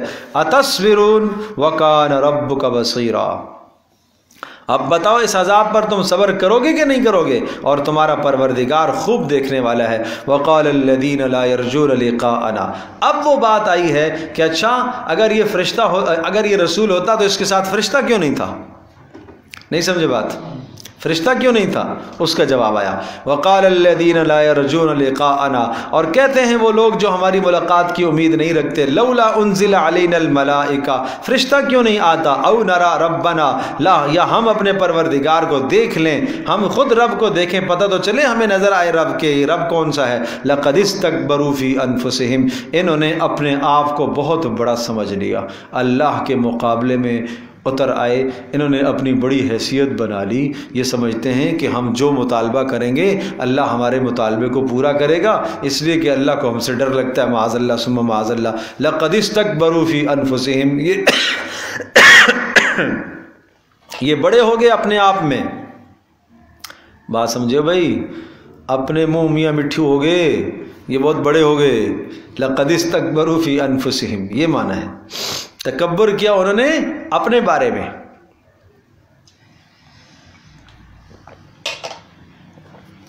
وَعَتَوْا عُتُوًّا كَبِيرًا، اور بڑی سرکشی انہوں نے مچائی اور حد سے نکل گئے، اور انہوں نے وہ مطالبہ کر دیا جو موسیٰ علیہ السلام کی قوم نے ان سے مطالبہ کیا تھا، أَرِنَا اللَّهَ جَهْرًا، ہم اللہ کو دیکھنا چاہتے ہیں. یوم یرون الملائکۃ، اچھا بات کرتے ہو ملائکہ کی تو سن لو، یوم یرون الملائکہ، جس دن فرشتے دیکھیں گے، لا بشرا یومئذ للمجرمین، اس دن فرشتوں کو دیکھنے کے بعد تمہارے لیے کوئی خوشی کی بات نہیں. بشرا کا ترجمہ نہ خوشی، جس دن تم دیکھو گے ملائکہ کو تمہارے لیے کوئی خوشی کی بات نہیں ہوگی. کیا مطلب؟ دوسرے مقام پر آتا ہے یضربون وجوہہم وادبارہم، وہ ملائکہ آتے ہیں دنیا میں روح نکالنے کے لیے، اور جب روح نکالنے کے لیے آئیں گے تو تمہیں نظر آئیں گے، پھر تمہاری پشتوں پر بھی ماریں گے، تمہارے چہروں پر بھی ماریں گے، اور پھر تم کہو گے بھائی اس فرشتے کو پیچھے کرو پیچھے کرو پیچھے کرو. ہاں کبھی کبھی روح جب نکلنے لگتی ہے نا تو یہ منظر نظر آتا ہے. آدمی بولتا ہے بھائی یہ کچھ لوگ آئے مجھے مارنے کے لیے، ان کو ہٹاؤ ان کو ہٹاؤ، وہ یہی ہے۔ نیک آدمی کبھی کبھی یہ کہتا ہے کچھ مہمان آئے ہیں ان کو بٹھاؤ، جگہ دو، یہ منظر نظر آتا ہے۔ اس دنیا سے جب اس کا اس جہان سے جب اس کا تعلق کٹنے لگتا ہے، دوسرے جہان سے تعلق قائم ہونے لگتا ہے، تو وہاں کے کچھ مناظر نظر آتے ہیں۔ اللہ پاک ہم سب کا خاتمہ ایمان پر فرمائے بھائی۔ اللہ سے یہ مانگا کرو، اللہ سے یہ مانگا کرو، اے اللہ مرتے وقت جس وقت ہماری موت آئے تو ملائکہ کو ہم دیکھ کر ہم خوش ہو جائیں، اور ملائکہ ہمیں مہمان بنا کر اللہ کے پاس لے کے جائیں۔ ہاں، مجرم بنا کر نہ لے جائیں ڈنڈے مارتے مارتے کہ چلو اللہ کے پاس، اس طرح سے نہ جائیں، اس طرح سے نہ جائیں۔ اللہ کرے جب ہماری روح نکلے تو ہماری توبہ پوری ہو چکی ہو، ہمارے گناہوں کو اللہ معاف کر چکا ہو، اللہ پاک ہم سے راضی ہو چکا ہو۔ یہ مانگو اللہ سے بھائی، کوئی لمبی زندگی نہیں ہے میرے عزیزو، کوئی لمبی زندگی نہیں ہے۔ کیا زندگی کا حصہ ہے، کتنا رہے گا؟ پیچھے بات نہیں آئی، اے اللہ بل متعتہم ولکن متعتہم وآباءہم، اے اللہ تو نے ان کو زندگی دی تھی اس لیے گمراہ ہوئے۔ تو زندگی اللہ نے اس لیے دی ہے گمراہ ہونے کے لیے، زندگی اس لیے اللہ نے دی ہے نسلیں تباہ ہو جائیں، تاکہ زندگی جوان کو جوانی اس لیے اللہ نے دی ہے کہ تاکہ نافرمانی بھی استعمال کرے۔ کیسی بات کرتے ہو؟ یوم یرون الملائکہ، اور جس دن یہ ملائکہ کو دیکھیں گے، روح نکالنے کے لیے آئیں گے یا عذاب لے کر آئیں گے، لا بشرا یومئذ للمجرمین، اس دن ملائکہ کو دیکھ کر تمہیں کوئی خوشی نہیں ہوگی۔ ویقولون، اور کہیں گے اس وقت، حجرا محجورا، ہمارے اور ملائکہ کے درمیان میں پردے ڈالو بھائی، پردے ڈالو تاکہ ہم انہیں دیکھ بھی نہ سکیں۔ وقدمنا الی ما عملوا من عمل فجعلناہ هباء منثورا، اللہ فرما رہا وقدمنا، سمجھ لو کہ ہم آگے، الی ما عملوا، ان اعمال کی طرف جو انہوں نے کیے، ہم آگے ان اعمال کے پاس بدلہ دینے کے لیے آگے۔ تو آگے تو کیا کریں گے؟ فجعلناہ هباء منثورا، ہم ان کے اعمال کو اڑتے ہوئے غبار کی طرح ذرہ ذرہ کر دیں گے۔ کیوں؟ اس لیے کہ عمل کے ساتھ شرک ملا ہوا ہے، جس عمل کے ساتھ شرک ملا ہوا ہو وہ زیرو ہو جاتا ہے، اس کی کوئی قدر و منزلت اللہ کے ہاں نہیں ہے۔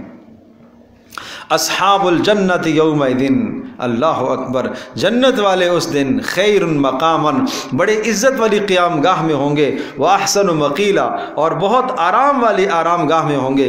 ویوم تشقق السماء بالغمام، ملائکہ اس وقت نظر آئیں گے، تم ملائکہ کو پوچھ رہے ہو، ویوم تشقق السماء، اور جس دن پھٹے گا آسمان، بالغمام، ایک بادل کی طرح ہو جائے گا۔ اس بادل سے مراد ملائکہ اوپر سے اتریں گے، جیسے سائبان بادل ہے اس طرح سے ملائکہ نظر آئیں گے۔ وَنُزِّلَ الْمَلَائِكَةُ تَنزِيلًا، اور اس دن ملائکہ تسلسل کے ساتھ اتریں گے۔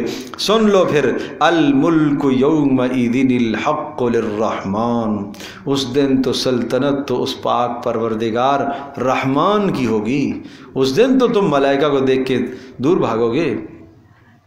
وَكَانَ يَوْمًا عَلَى الْكَافِرِينَ عَسِيرًا، اور وہ دن کافروں پر بڑا سخت اور تلخ ہوگا، بڑا سخت اور تلخ ہوگا۔ اگلی آیات کا ترجمہ سنیے، پھر ایک پس منظر ذکر کرتا ہوں۔ وَيَوْمَ يَعَضُّ الظَّالِمُ عَلَى يَدَيْهِ، اور وہ وقت ہوگا، وہ دن قیامت کا ایسا ہوگا، يَعَضُّ الظَّالِم، ظالم اور مشرک کاٹے گا، عَلَى يَدَيْهِ، اپنے ہاتھوں کو، یقول کہے گا، یا لیتنی اتخذت مع الرسول سبیلا، ہائے کاش کہ میں رسول کی زندگی کو اپنا لیتا، یا لیتنی، ہائے کاش، اتخذت، بنا لیتا، رسول کے ساتھ کوئی راستہ بنا لیتا، میں اپنی نجات کا، سفارش کا کوئی راستہ بنا لیتا۔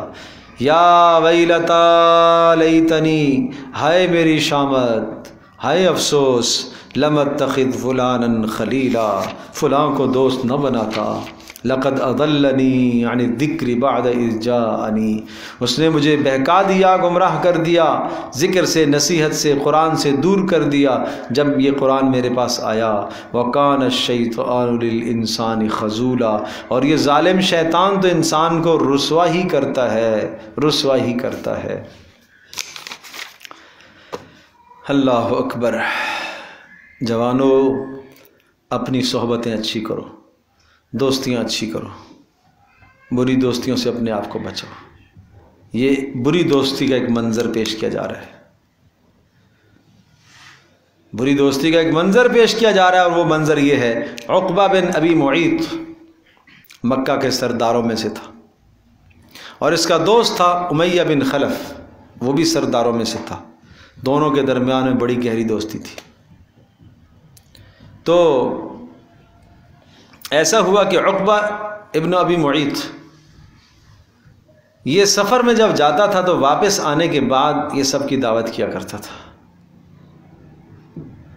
اور اس نے ایک مرتبہ دعوت کی تو سب رؤساء کو، مکہ کے ذی وجاہت اور عزت والے لوگوں کو اس نے دعوت دی۔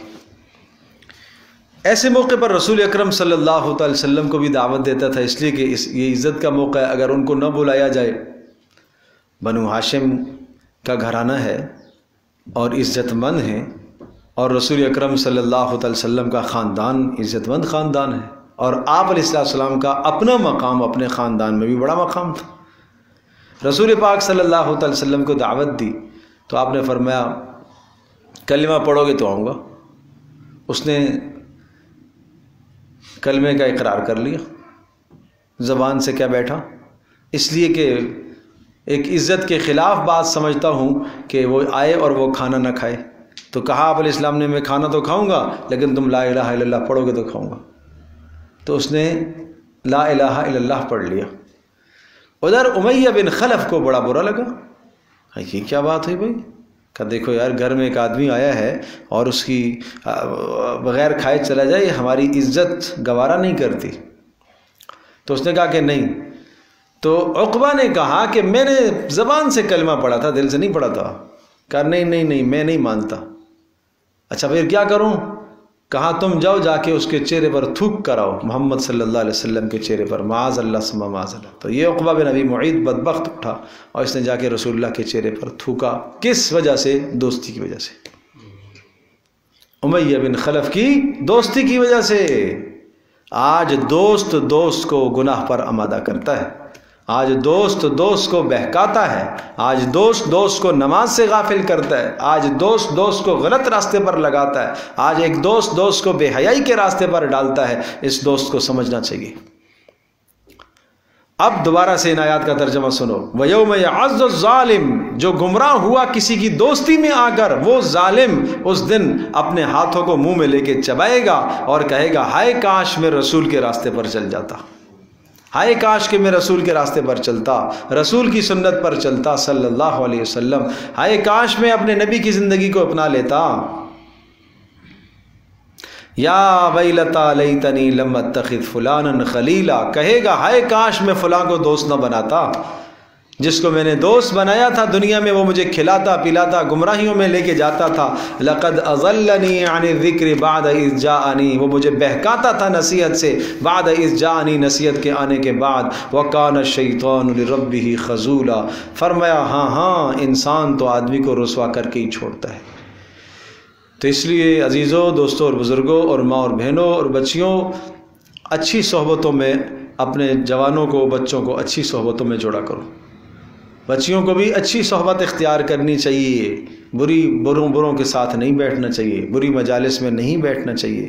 نماز کا وقت ہو گیا، پکے سے پکا دوست ہے، چھوڑو اس کو، نماز میں آؤ، ورنہ قیامت کے دن یہ کہو گے ہائے کاش میں فلاں کے ساتھ دوستی نہ لگاتا۔ ایک بیوی کہے گی میرے شوہر نے مجھے بہکایا ورگلایا، یہ بھی ہے، سوچنا چاہیے شوہر کو بھی۔ شوہر کہے گا مجھے بیوی نے بہکایا ورگلایا، دوست کہے گا مجھے دوست نے بہکایا ورگلایا، ہائے کاش ان کی بات نہ سنتا۔ اللہ کے حکموں کے مقابلے میں آج کیوں ذلت اور رسوائی ہو رہی ہے؟ اس لیے کہ ناجائز اطاعت کی ہے۔ لا طاعت لمخلوق فی معصیت الخالق، جہاں اللہ کی نافرمانی ہوتی ہو وہاں مخلوق کی اطاعت کیوں کرتے ہو؟ تو اس لیے یہ آیت ہم سب کو جھنجھوڑ رہی ہے۔ یہ صرف ایک قصہ نہیں بتا دیا ہے، بلکہ اپنی زندگی کو بدلو۔ کہاں کہاں بری صحبتوں میں کون بیٹھتا ہے، توبہ کرو اس سے۔ اللہ اکبر۔ اور اگلی آیت اس سے بھی بڑی خطرناک خوفناک آیت ہے اور بڑی سخت وعید ہے۔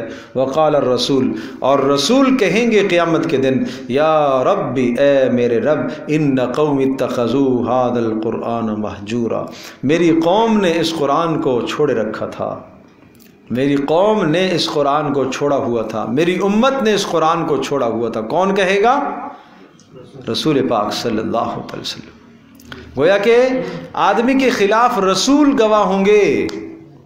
رسول اکرم صلی اللہ علیہ وسلم جس آدمی کے خلاف گواہی دے دیں نمبر 2 ادھر سے قرآن مجید اس آدمی کے خلاف گواہی دے رہا، القرآن حجۃ لک او علیک، قرآن یا آپ کے حق میں گواہ ہوگا یا آپ کے خلاف گواہ ہوگا۔ تو ایک طرف قرآن مجید اس کے خلاف گواہی دے رہا ہے، دوسری طرف رسول اللہ صلی اللہ علیہ وسلم اس کے خلاف گواہی دے رہے ہیں، تو جس کے خلاف 2 مضبوط ترین مدعی ہو جائیں وہ کیسے بچ سکتا ہے اللہ کے عذاب سے؟ اور رسول اللہ کیا فرمائیں گے؟ اے اللہ میری امت کے فلاں فلاں نے قرآن کو چھوڑا ہوا تھا۔ اب سنو، قرآن کو چھوڑنا کیا ہے، اچھی طرح سے ذہن نشین فرما لیں، اپنے گھروں میں بھی بات کریں کہ قرآن کا چھوڑنا، اس سے اپنے آپ کو بچاؤ بھائی۔ نمبر 1 قرآن پر ایمان نہ لانا، یہ چھوڑنا ہے۔ جو ایمان نہیں لائے انہوں نے قرآن کو چھوڑا ہوا ہے۔ نمبر 2 ایمان تو لایا لیکن صحیح تلفظ نہ سیکھا، پڑھنے کا طریقہ سلیقہ نہ سیکھا، اس نے قرآن کو چھوڑا ہوا ہے۔ نمبر 3 پڑھنا تو صحیح آیا لیکن سمجھا نہیں، سمجھنے کی کوشش نہیں کی، یہ بھی قرآن کا چھوڑنا ہے، یہ بھی چھوڑنا ہے۔ نمبر 4 سمجھا تو ہے عمل نہیں کیا، یہ بھی قرآن کا چھوڑنا ہے۔ نمبر 5 عمل کیا، آیات میں تدبر نہیں کیا، غور و فکر نہ کیا، یہ بھی قرآن کا چھوڑنا ہے۔ نمبر 6 شفا حاصل اس سے نہ کی، یہ بھی چھوڑنا ہے۔ یہ تو دلوں کی شفا ہے نا، دلوں کی شفا ہے، دلوں کی شفا۔ کیسے شفا حاصل کرے؟ اس قرآن مقدس کی آیات کو پڑھ کر اپنے دل کو بدلے، جب تلاوت کا اہتمام کرے گا اور نیت کرے گا کہ میں اپنے دل کا علاج کرنے کے لیے قرآن کی تلاوت کر رہا ہوں، دل بدلے گا۔ اور نمبر 7 اگر یہ سارے کام کیے لیکن قرآن مجید کی، قرآن مقدس کی نشر و اشاعت میں اپنا کوئی حصہ نہ ڈالا، نہ مال کا، نہ صلاحیت کا، نہ جان کا، نہ وقت کا کوئی حصہ نہیں ڈالا، تو یہ بھی قرآن کو چھوڑنے والا ہے۔ تو اب سوچ لیں کہ ان چھوڑنے والوں میں کہیں ہمارا اور آپ کا شمار تو نہیں ہے۔ اللہ نہ کرے، اللہ نہ کرے، اللہ ہمیں بچائے۔ ہمارے گھر کا کوئی آدمی ایسا تو نہیں ہے جس نے قرآن کو چھوڑا ہوا ہو۔ گھر میں غور کرو، بچوں کی زندگیوں کو دیکھو، گھر والوں کی زندگیوں کو دیکھو، بھائیوں کی زندگیوں کو دیکھو، کسی نے قرآن کو چھوڑا ہوا تو نہیں ہے۔ اور اگر کسی نے ان قسموں میں سے کسی ایک قسم کی طرح بھی قرآن کو چھوڑا ہوا ہے تو سمجھ لو قیامت کے دن اس کے خلاف رسول اللہ صلی اللہ علیہ وسلم گواہی دیں گے۔ اللہ پاک ہماری حفاظت فرمائے، اللہ ہماری حفاظت فرمائے۔ قرآن کو سینے سے لگاؤ، اللہ کے کلام کو سینے سے لگاؤ بھائی۔ وَكَذَلِكَ جَعَلْنَا لِكُلِّ نَبِيٍّ عَدُوًّا مِّنَ الْمُجْرِمِينَ وَكَفَىٰ بِرَبِّكَ هَادِيًا وَنَصِيرًا۔ رسول اللہ صلی اللہ علیہ وسلم کو تسلی، کیا خوب تسلی ہے۔ یہ کیوں ہوا اے اللہ؟ ایسا کیوں نہیں کر دیا کہ سب جبراً مان لیتے میری بات کو، رسالت پر ایمان لے آتے؟ جب میں رسول برحق ہوں تو سب مان لیتے۔ کہا اے نبی جعلنا لکل نبی، ہر نبی کے لیے ہم نے مقرر کیے ہیں عدوا من المجرمین، مجرموں میں سے دشمن ہم نے بنا کے رکھے ہیں۔ یہ فطرت کا فیصلہ ہے۔ وکفا بربک وکفا بربک ہادیا ونصیرا، اور تیرا پروردگار خوب ہدایت دینے والا اور مدد کرنے والا کافی ہے۔ ہدایت اللہ کے اختیار میں ہے، جسے چاہے گا وہ عطا کرے گا، جو طلب کرے گا اس کو ہدایت دے گا۔ اور وہ نصیرہ، اور اللہ آپ کی مدد کرنے کے لیے کافی ہے، آپ غمگین نہ ہوئیے۔ سمجھے بھائی؟ یعنی اللہ ہدایت دینے والا کافی ہے، لہذا آپ غمگین نہ ہو، اللہ ہدایت دے گا۔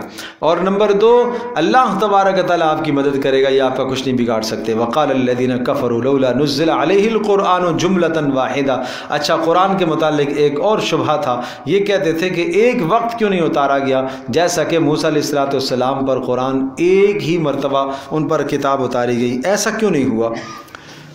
کذالک لنثبت بہ فؤادک، فرمائیے اس لیے ہم نے اس طرح سے کیا ہے، لنثبت بہ فؤادک، تاکہ اس کے ذریعے سے ہم آپ کے سینے کو مضبوط کریں۔ ہر دن جبریل نئی نئی آیت لے کے آتے تو تسلی ہوتی تھی آپ کو۔ بات سمجھے نہیں سمجھے؟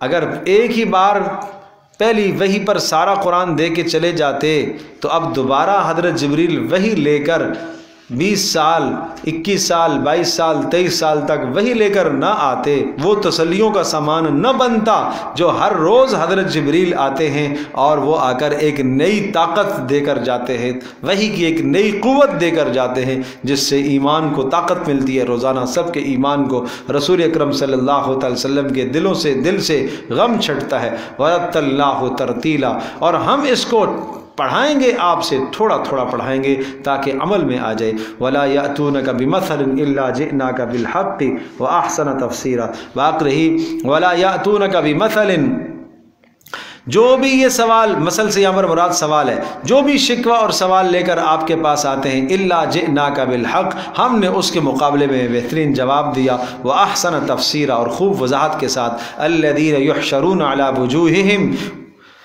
الی جہنم، ان لوگوں کو چلایا جائے گا قیامت کے دن ان کے چہروں کے بدلے میں جہنم میں، اولئک شر مکانا واضل سبیلا، یہ بہت بدترین ٹھکانہ ہوگا ان کا اور یہ گمراہ ہیں۔ وَلَقَدْ آتَيْنَا مُوسَى الْكِتَابَ وَجَعَلْنَا مَعَهُ أَخَاهُ هَارُونَ وَزِيرًا۔ پھر آئی تسلی رسول اللہ صلی اللہ علیہ وسلم کے لیے، موسیٰ علیہ السلام کا تذکرہ اور گزشتہ 5 اقوام کا تذکرہ آیا جن اقوام کو اللہ نے تباہ کیا، اور ایک وقت میں اللہ کا عذاب آیا اور وہ ساری کی ساری قومیں کیا ہو گئیں؟ تباہ ہو گئیں۔ تو یہاں یہ سمجھایا اختصار کے ساتھ کہ دیکھو آپ کی تکذیب کرتے ہیں تو کرنے دیں، ایک وقت عذاب کا آنے والا ہے، جیسے گزشتہ فلاں فلاں قوموں پر عذاب آیا۔ بات سمجھے بھائی؟ آپ کو یاد ہوگا میں بڑی تفصیل سے سورہ ہود میں یہ منظر بیان کر چکا ہوں، اور سورہ اعراف کے اندر کہ ہر جگہ اللہ پاک جب یہ قوموں کا واقعہ ذکر کرتا ہے ایک نیا مقصد ہوتا ہے۔ کبھی آپ یہ نہیں کہیں گے یہ بار بار نوح علیہ السلام کی قوم کا تذکر آ رہا ہے، بار بار صالح علیہ السلام کی قوم کا تذکر آ رہا ہے، بار بار ہود علیہ السلام کی قوم کا، لوط علیہ السلام، شعیب علیہ السلام کی قوم کا تذکر آ رہا ہے۔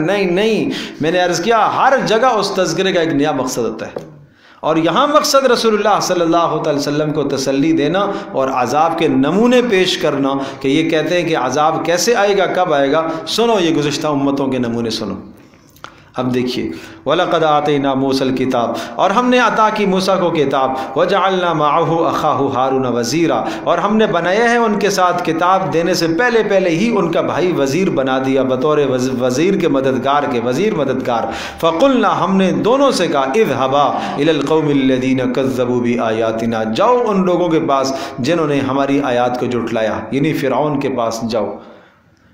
اور جب انہوں نے انکار کیا تو پھر کیا ہوا؟ فَدَمَّرْنَاهُمْ تَدْمِيرًا، ہم نے ان کو تباہ کر کے رکھ دیا۔ بس ایک آیت کے اندر دیکھو کس طرح سے سارے منظر کو ذکر کر دیا۔ اب وہ موسیٰ علیہ السلام نے سمجھایا، پھر جادوگروں کا مقابلہ، وہ کوئی بات یہاں پر ذکر نہیں فرمائی، کیونکہ مقصود صرف عذاب کا دکھلانا ہے۔ نمبر 2، وَقَوْمَ نُوحٍ لَمَّا كَذَّبُوا الرُّسُلَ، اور ہم نے نوح علیہ السلام کو بھی تو بھیجا، نوح علیہ السلام کو بھی انہوں نے جھٹلایا، قوموں نے جھٹلایا، اغرقناہم، ہم نے ان کو بھی غرق کیا ہے، وجعلناہم للناس آیا، اور ان کو ہم نے بنایا ہے جہان والوں کے لیے نشانی، واعتدنا للظالمین عذابا علیما، اور ظالموں کے لیے ہم نے دردناک عذاب تیار کر کے رکھا ہے۔ وعادا وثمودا، اور قوم عاد کو بھی ہم نے تباہ کیا، قوم سمود کو بھی ہم نے تباہ کیا، واصحاب الرس، اور اصحاب الرس کنویں والوں کو بھی ہم نے تباہ کیا، اس سے مراد شعیب علیہ السلام کی قوم، وقرونا بین ذلک کثیرا، اس کے درمیان اور بھی بہت ساری قومیں ہیں، وکلا ضربنا لہ الامثال، ہر ایک کے لیے ہم نے مثالیں کھول کر بیان کی، وکلا تبرنا تتبیرا، اور ہر ایک کو پھر ہم نے تباہ کر دیا۔ وَلَقَدْ أَتَوْا عَلَى الْقَرْيَةِ الَّتِي أُمْطِرَتْ مَطَرَ السَّوْءِ، اور یہ اہل مکہ گزرتے ہیں اس بستی کے پاس سے، الَّتِي أُمْطِرَتْ مَطَرَ السَّوْءِ، جس پر بدترین بارش کی گئی تھی پتھروں کی، لوط علیہ السلام کی بستی۔ بات سمجھے بھائی؟ لوط علیہ السلام کی قوم کی بستی، تو سب اقوام، نوح علیہ السلام کی قوم کا تذکرہ بھی آ گیا، عاد کا یعنی ہود علیہ السلام کی قوم کا، سمود یعنی صالح علیہ السلام کی قوم کا، اصحاب الرس یعنی شعیب علیہ السلام کی قوم کا تذکرہ بھی آ گیا، اور امطرت مطر السوء کس کا تذکرہ آ گیا؟ لوط علیہ السلام کی بستی کا۔ پھر افلم یکونوا یرونها بل كانوا لا يرجون نشورا، کیوں نہیں تھے وہ وہاں پر جب انہوں نے عذاب دیکھے تو عذابوں کو کیوں نہیں ہٹایا؟ بل كانوا لا يرجون نشورا، عبرت کیوں نہیں حاصل کرتے؟ افلم یکونوا یرونها، کیا یہ مکہ والے ان بستیوں کو دیکھتے نہیں ہیں؟ یہ کھنڈرات جب یہ شمالاً جنوباً سفر کرتے تھے تو جناب ایک طرف جو ہے ان کو بستیاں پڑتی تھی، حضرت شعیب علیہ السلام کی قوم کی بستیاں پڑتی تھی، لوط علیہ السلام کی قوم کی بستیاں پڑتی تھی، اسی طرح سے ہود علیہ السلام کی قوم اور صالح علیہ السلام کی قوم کی بستیاں، یہ قوم سمود کے تذکرے راستے سے گزر کے جاتے تھے، تو وہاں سے گزرتے ہوئے کیوں نہیں عبرت حاصل کرتے؟ وَإِذَا رَأَوْكَ إِن يَتَّخِذُونَكَ إِلَّا خُزُوًا، اور جب آپ کو دیکھتے ہیں تو چاہیے تو یہ تھا کہ آپ کو رسول مان لیتے، لیکن یہ استہزاء کرتے ہیں۔ کیا کہتے ہیں؟ أَهَذَا الَّذِي بَعَثَ اللَّهُ رَسُولًا، کیا اس کو اللہ نے رسول بنا کر بھیجا جو فقیر ہے، مال نہیں ہے، پیسے نہیں ہیں؟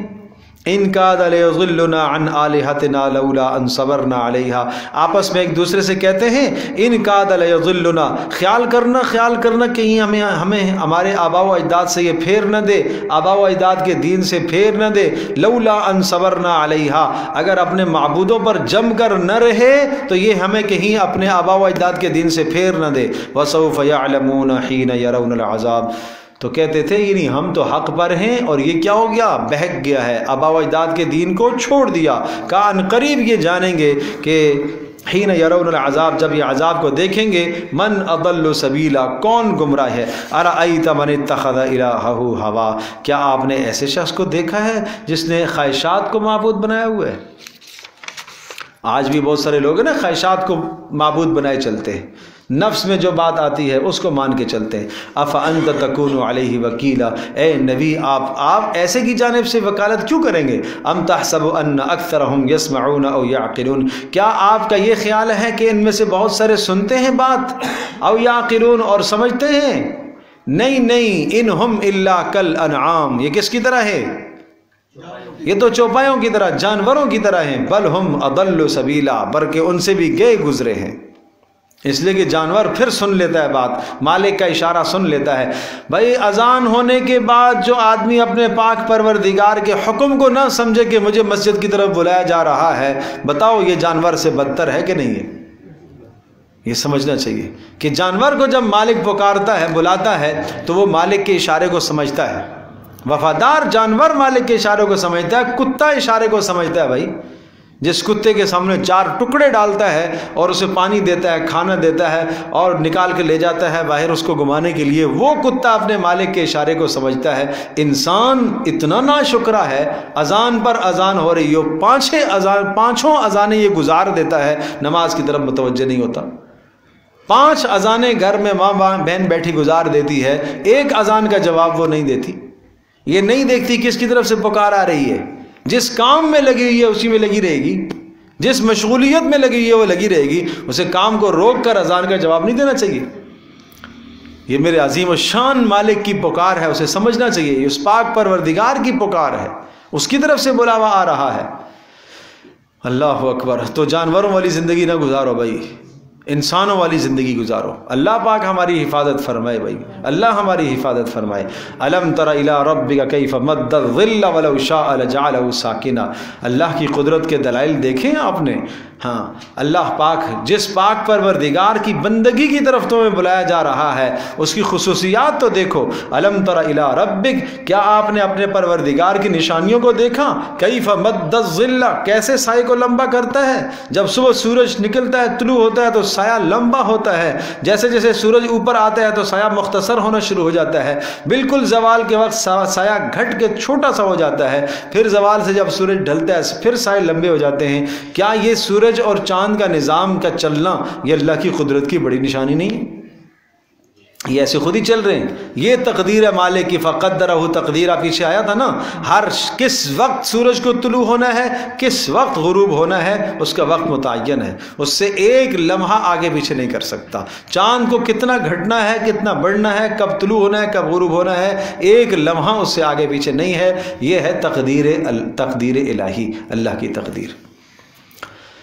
وَلَوْ شَاءَ لَجَعَلَهُ سَاكِنًا، اور اگر اللہ چاہتا تو اس سائے کو ایک جگہ ٹھہرا دیتا، سورج کو ایک جگہ ٹھہرا دیتا تو ثُمَّ جَعَلْنَا الشَّمْسَ عَلَيْهِ دَلِيلًا، اور پھر اللہ پاک نے سورج کو اس پر دلیل بنایا ہے، گھٹنے بڑھنے کا ذریعہ بنایا ہے۔ ثُمَّ قَبَضْنَاهُ إِلَيْنَا قَبْضًا يَسِيرًا، اور پھر ہم اس سائے کو آسانی کے ساتھ سمیٹ لیتے ہیں، یعنی سورج غروب ہو جاتا ہے۔ وَهُوَ الَّذِي جَعَلَ لَكُمُ اللَّيْلَ لِبَاسًا، ارے اللہ کی اس قدرت کو نہیں دیکھتے ہو جس نے بنایا ہے تمہارے لیے رات کو لباس بنایا ہے، پردے کی چیز بنایا ہے۔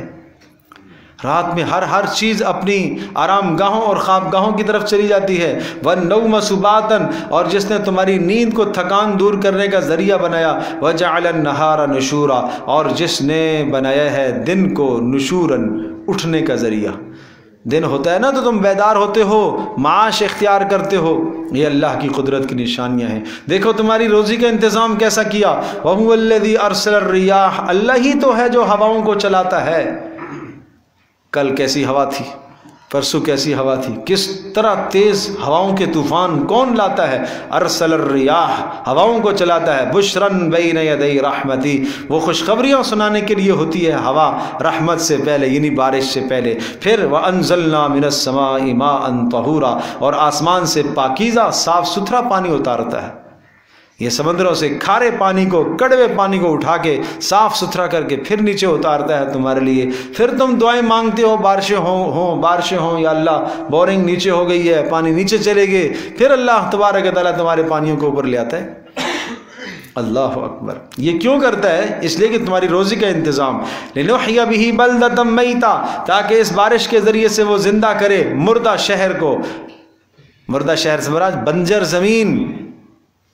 وَنُسْقِيَهُ، تاکہ ہم پانی پلائیں، مما خلقنا انعاما، اپنی مخلوق میں سے جو ہم نے پیدا کیے، انعام چوپائے، وَأَنَاسِيَّ كَثِيرًا، بہت سارے لوگ، ان گنت لوگ اس پانی کو پیتے ہیں، استعمال کرتے ہیں، جانور بھی۔ وَلَقَدْ صَرَّفْنَاهُ بَيْنَهُمْ لِيَذَّكَّرُوا، اور ہم نے کھول کھول کے یہ قرآن بیان کیا، نشانیاں، تاکہ یہ سمجھے۔ فَأَبَى أَكْثَرُ النَّاسِ إِلَّا كُفُورًا، مگر اکثر تو ناشکر ہی نکلتے ہیں۔ وَلَوْ شِئْنَا لَبَعَثْنَا فِي كُلِّ قَرْيَةٍ نَذِيرًا، رسول اکرم صلی اللہ علیہ وسلم کی ختم نبوت پر پھر دلیل دی، ہم چاہتے تو ہر بستی میں رسول بنا کر بھیجتے، لیکن آپ کو خاتم النبیین ہم نے بنایا ہے۔ وَلَوْ شِئْنَا، اگر ہم چاہتے، لبعثنا فی کل قریۃ نذیرا، ہر بستی کے اندر ہم نذیر بھیجتے۔ فلا تطع الکافرین، لہذا آپ کافروں کی بات نہ مانیں۔ کیا مطلب؟ وہ یہ کہتے ہیں کہ ہر بستی میں رسول ہونا چاہیے تھا، آپ ان کی باتوں کی پرواہ نہ کریں۔ وَجَاهِدْهُمْ بِهِ جِهَادًا كَبِيرًا، اور ان کے ساتھ آپ مقابلہ کیجئے، جہاد کیجئے، بڑا جہاد کرنا، بڑا جہاد دلائل کے ذریعے سے ڈٹ کر مقابلہ کرنا۔ وَهُوَ الَّذِي مَرَجَ الْبَحْرَيْنِ، اور اللہ ہی تو وہ ذات ہے جس نے ملایا ہے البحرین، دو سمندروں کو۔ کیسے دو سمندر؟ هَذَا عَذْبٌ فُرَاتٌ، یہ میٹھا، فراتٌ پیاس بجھانے والا، وَهَذَا مِلْحٌ أُجَاجٌ، ملحٌ کھارا، اجاج کڑوا۔ یہ دو پانی ساتھ ساتھ چلتے ہیں، دنیا میں کئی جگہ اس کے منظر نظر آتے ہیں۔ وَجَعَلَ بَيْنَهُمَا بَرْزَخًا، اور دونوں کے درمیان میں اس نے ایک پردہ ڈالا، وَحِجْرًا مَحْجُورًا، اور ایک رکاوٹ اور آڑ کھڑی کی ہے کہ یہ اس پر تعدی نہیں کرتا، وہ اس پر تعدی نہیں کرتا۔ مرج البحرین یلتقیان بینہما برزخ لا یبغیان، دو سمندروں کو اللہ پاک نے ایک ساتھ جوڑا اور ان کے درمیان میں پردہ ڈالا، لا یبغیان احدہما علی الآخر، ان دونوں میں سے ایک دوسرے کے اوپر تعدی نہیں کرتا۔ مطلب میٹھا کھارے میں نہیں ملتا، کھارا میٹھے میں نہیں ملتا۔ یہ اللہ کی قدرت کی نشانی ہے، یہ سمجھنے کی بات ہے بھائی، یہ سمجھنے کی بات ہے۔ دیکھتے نہیں ہو زمین میں آپ بورنگ کرو، یہاں سے بورنگ کر تو کھارا، تھوڑا سا دو قدم آگے بورنگ کی، وہاں سے میٹھا نکل آیا۔ یہ مناظر نہیں نظر آتے؟ اس امر کو دیکھ کر بھی انسان اللہ کی قدرت کو اگر نہ پہچانے تو کب پہچانے گا؟ ہائے ہائے، سمجھو۔ وَهُوَ الَّذِي خَلَقَ مِنَ الْمَاءِ بَشَرًا، اللہ وہ ذات ہے جس نے پیدا کیا پانی سے انسان کو، فَجْعَلَهُ نَسَبًا وَسِحْرًا، اور اس نے بنایا ہے، نسب بنائے، وَسِحْرًا، سسرالی رشتے بنائے۔ نسبی رشتے، سسرالی رشتے، دونوں نعمت ہیں بھائی، سمجھنے کی ضرورت ہے بھائی۔ نسبی رشتے، ماں باپ دنیا میں نعمت ہیں، ماں باپ یہ بھی نعمت، سسرالی رشتے، ساس سسر نعمت ہے۔ یہ عورت کو بھی سمجھنا چاہیے، مرد کو بھی سمجھنا چاہیے۔ قرآن نے دونوں کو کیا کہا؟ نعمت کی جگہ پر ذکر کیا۔ لہذا مائیں بہنیں اپنے ساس سسر کی بھی قدر کیا کریں، مرد حضرات اپنے ساس سسر کی قدر کیا کریں، عورت اپنے ساس سسر کی قدر کرے، اس نظریے سے کہ یہ اللہ کی نعمت ہے، اس نظریے سے کہ یہ میرے شوہر کے ماں باپ ہیں، اور مرد اس نظریے سے قدر کرے کہ اللہ نے ان کے ذریعے سے میرے گھر کو مکمل کیا ہے، اللہ نے اس کے ذریعے سے میرے گھر میں میرا ایمان مکمل کیا ہے، اور یہ میری بیوی کے ماں باپ ہیں، میری بیوی کے ماں باپ ہیں۔